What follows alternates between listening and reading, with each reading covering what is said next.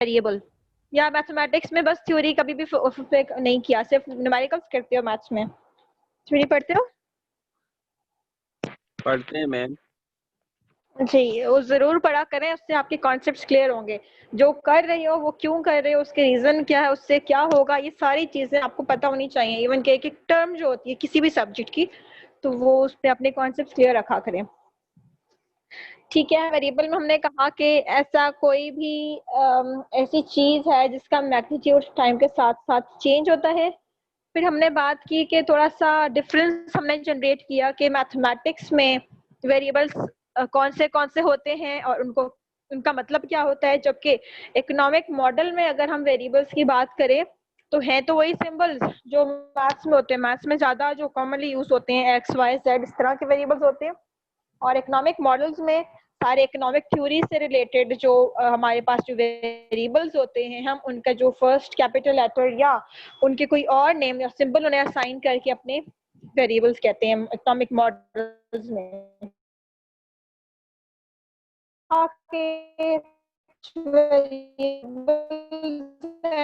जैसे prime income है,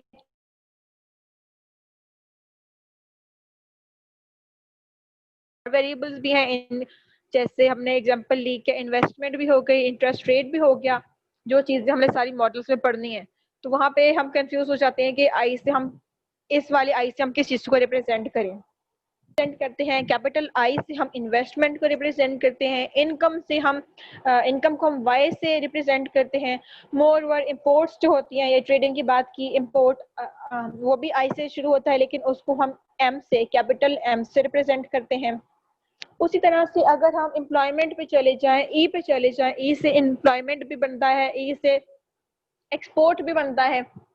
तो एम्प्लॉयमेंट को हम ई से रिप्रेजेंट करते हैं, एक्सपोर्ट को हम एक्स से रिप्रेजेंट करते हैं। इसी तरह से सेविंग्स हो जाती हैं, सेविंग्स को एस से। तो इस तरह से अगर आप लोगों को चाहिए तो मैं खुद बना के सारी वेरिएबल्स के नाम और उनके सिंबल साथ उनके ना आपको करके और शेयर कर दूंगी आप लोगों के साथ। उसके बाद हम आ जाते हैं कि वेरिएबल्स की टाइप्स कौन कौन सी हैं। आपने तो पढ़ा होगा इंडिपेंडेंट वेरिएबल और डिपेंडेंट का नाम सुना है कि नहीं सुना हुआ?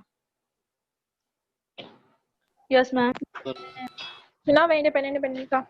ओके, तो उससे पहले हमारे जो दो तरह के जो इकोनॉमिक मॉडल्स की अगर हम बात करें तो यहाँ पे भी इंडिपेंडेंट वेरिएबल होता है, डिपेंडेंट भी होता है, लेकिन उससे पहले आ जाता है एंडोजीनियस और एक्सोजीनियस वेरिएबल। इंडोजीनियस वेरिएबल्स कौन से होते हैं? जिनकी वैल्यूज हमें किसी मॉडल से ही पता चल जाती हैं, या हम कह सकते हैं जिनकी वैल्यूज हम मॉडल अप्लाई करके डिटरमिन करते हैं। ऐसे जो वेरिएबल्स हैं उनको हम एंडोजीनियस वेरिएबल कहते हैं। उसके अलावा एक्सोजीनियस वेरिएबल्स वो होते हैं whose values is determined outside the model। Models के अलावा भी हमें उनकी वैल्यूज का पता चल जाता है। मॉडल्स में डालने के अलावा, ये मॉडल्स लगाने के अलावा भी हम उसकी वैल्यूज डिटरमिन कर सकते हैं, वो होते हैं एक्सोजीनियस वेरिएबल। जो कि मॉडल में ना भी डालें उनकी वैल्यू हम डिटरमिन कर सकते हैं। और एंडोजीनियस वेरिएबल किसी मॉडल में अप्लाई करके, किसी वेरिएबल को मॉडल में अप्लाई करके उसकी वैल्यू डिटरमिन करते हैं, that is endogenous.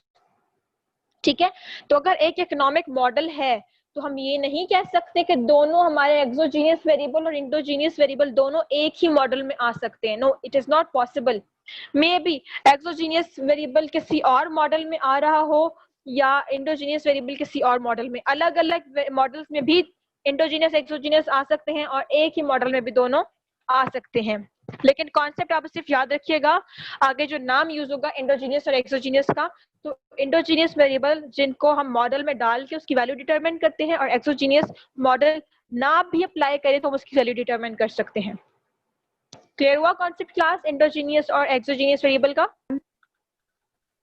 Yes ma'am.